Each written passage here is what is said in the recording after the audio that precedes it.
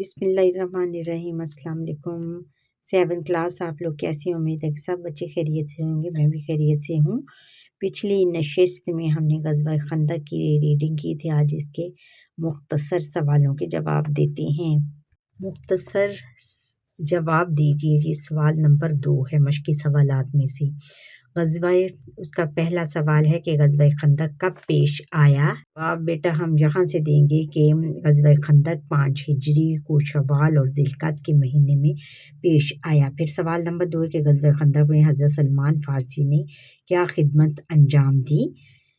جواب ہے کہ حضرت سلمان فارسی رضی اللہ تعالیٰ عنہ نے مدینہ منورہ کی حفاظت کی خاطر ایک خندق کھودنے کا مشورہ دیا، یعنی انہوں نے اس خندق کھودنے کا حضور نبی اکرم خاتم النبیین صلی اللہ علیہ وسلم کو مشورہ دیا کہ ہم خندق کھود کے جنگ کا آغاز کریں گے۔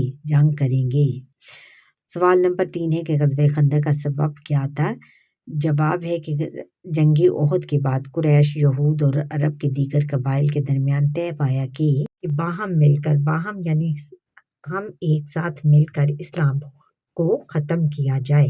ان میں وہ یہود قبائل بھی شامل تھے جنہیں غزوات میں شکست کے بعد مدینہ منورہ سے جلا وطن کیا گیا تھا اور وہ انتقام کی آگ میں جل رہے تھے، یعنی بنو قریظہ اور بنو قریظہ کے لوگ اس میں شامل تھے، اور وہ انتقام کی آگ میں جل رہے تھے، یعنی وہ کڑ رہے تھے کہ ہم کس طرح مسلمانوں سے اپنی اس بات کا انتقام لیں۔ مسلمانوں کے مدینہ منورہ میں آباد ہونے سے کفار مکہ کے شام کے ساتھ تجارت کو خطرات لاحق ہو گئے تھے، کیونکہ شام کا راستہ مدینہ منورہ سے گزرتا تھا۔ بعد میں مسلمانوں نے نجد اور دومات الجندل کو قبضے میں کر لیا تو ان کی عراق کے ساتھ تجارت کو بھی خطرات لاحق ہو گئے۔ جب انہیں اپنی تجارت ختم ہوتی نظر آئی تو انہوں نے مسلمانوں کے خلاف ارد گرد کے قبائل کو جمع کر لیا اور جنگ کرنے کا ارادہ کر لیا۔ یعنی بچوں، مکہ کے بیشتر لوگوں کا کیا تھا؟ ذریعہ معاش کیا تھا؟ تجارت تھی، اور تجارت ہی کے بل بوتے پر وہ اپنا روزگار کماتے تھے، اور جب ان لوگوں کو اپنی تجارت خطرے میں نظر آئی تو انہوں نے پھر باقی تمام ارد گرد کے تمام قبائل کے ساتھ مل کر جنگ کرنے کا اعلان کیا۔ سوال نمبر 4 ہے کہ غزوہ خندق میں مسلمان مجاہدین کی تعداد کتنی تھی؟ جواب ہے کہ غزوہ خندق میں مسلمان مجاہدین کی تعداد تقریباً 3000 تھی۔ اب سوال نمبر 5 ہے کہ غزوہ خندق کا نتیجہ کیا نکلا؟ جواب ہے کہ غزوہ خندق میں 6 مسلمان شہید ہوئے، جبکہ کافروں کے 8 سے زیادہ افراد قتل ہوئے۔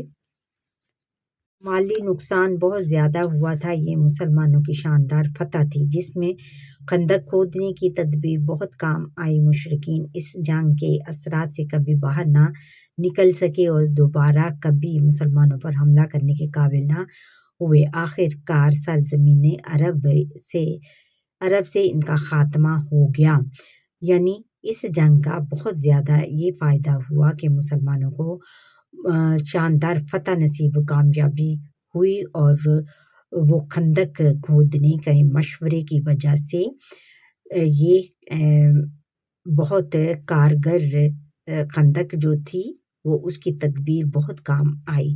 اس کی تدبیر یعنی اس کا جو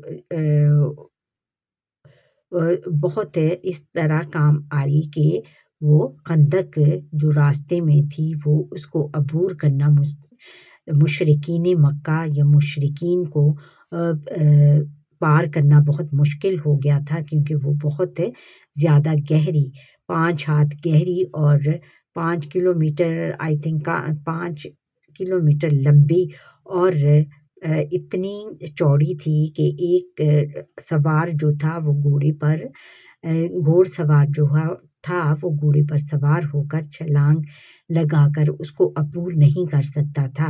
اور یہ جب کافروں نے مدینہ منورہ پر حملہ کیا تو انہوں نے وہ مختلف تدبیریں اس کو پار کرنے کی کرتے رہے، اور پھر ان کے جو تھا مورل وہ ڈاؤن ہوتا گیا، اور پھر جو آئے بھی اس کو پار کر کے اس کا چھوٹا سا راستہ دے کر پار کر کے آئے وہ بھی قتل کر دیے گئے، اور اس لیے اس میں جو تھی خندق کا جو تدبیر تھی بہت زیادہ کام آئی۔ اچھا بچوں، یہاں پر ہی ہمارے آج کے لیسن کا وقت ختم ہوتا ہے۔ آپ مجھے لائک سبسکرائب کریں، بیل آئیکن پر کلک کریں اور شیئر بھی کریں میرے لیسن کو۔ اللہ حافظ۔